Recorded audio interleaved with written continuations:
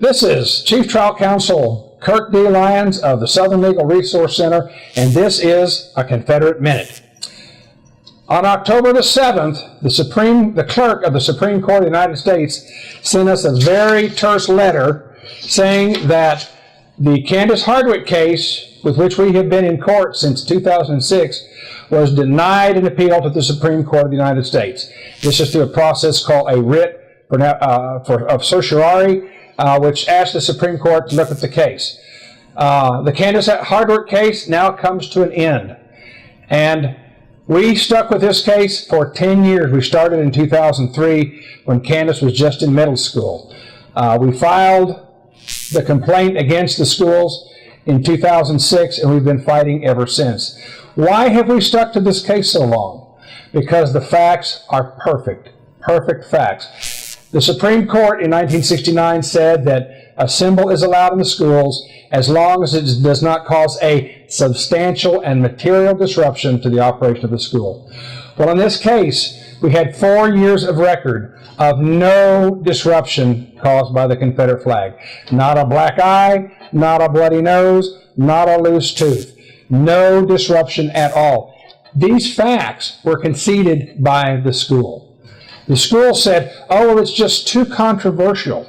And it gets people stirred up, and it's a big controversy in the state, and there's all these bad things that happened during segregation and the beginning of integration 50, 60, 70 years ago, and so we can't have the flag in the school. Well, under that theory, of course, you could never have the flag in the school.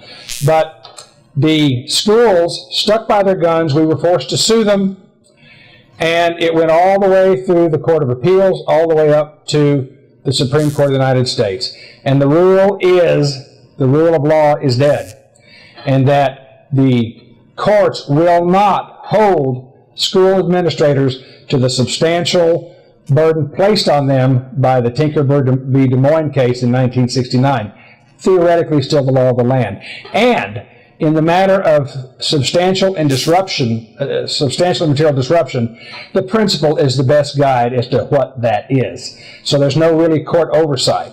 So we're left with these perfect facts, including a school that was half black. 20% of the black school population signed a petition saying that they wanted Candice to be able to fly her flag, and we can't prevail. With almost perfect facts, this court system will not allow the Confederate community to have their rights respected. As a matter of fact, it's a lot like the Dred Scott decision of 1857. Confederate kids have no rights which the courts or the school are bound to respect.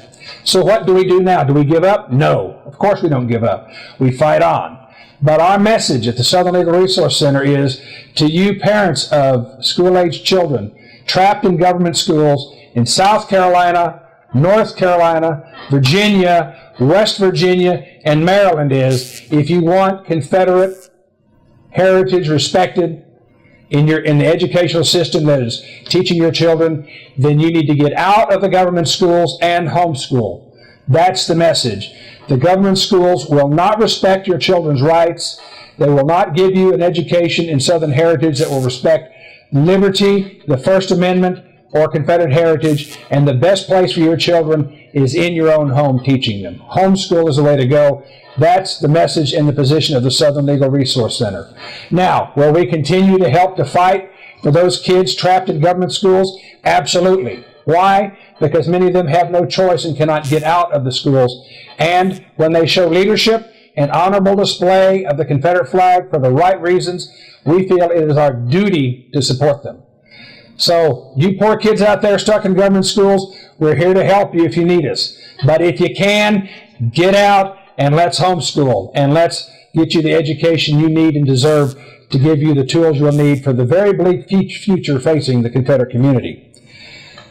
Now, you people out there that let the Confederate flag get trashed because you didn't want to get involved because it was just too controversial, well, now they're coming after your symbol. If you're a practicing Christian, if you believe in any other kind of traditional culture, even if you support the flag of the United States being flown at school, you're finding that schools across the country are banning those symbols. And why? Because you did nothing when the Confederate flag was under attack in the schools, and we need to turn that around. and you need to support the Southern Legal Resource Center.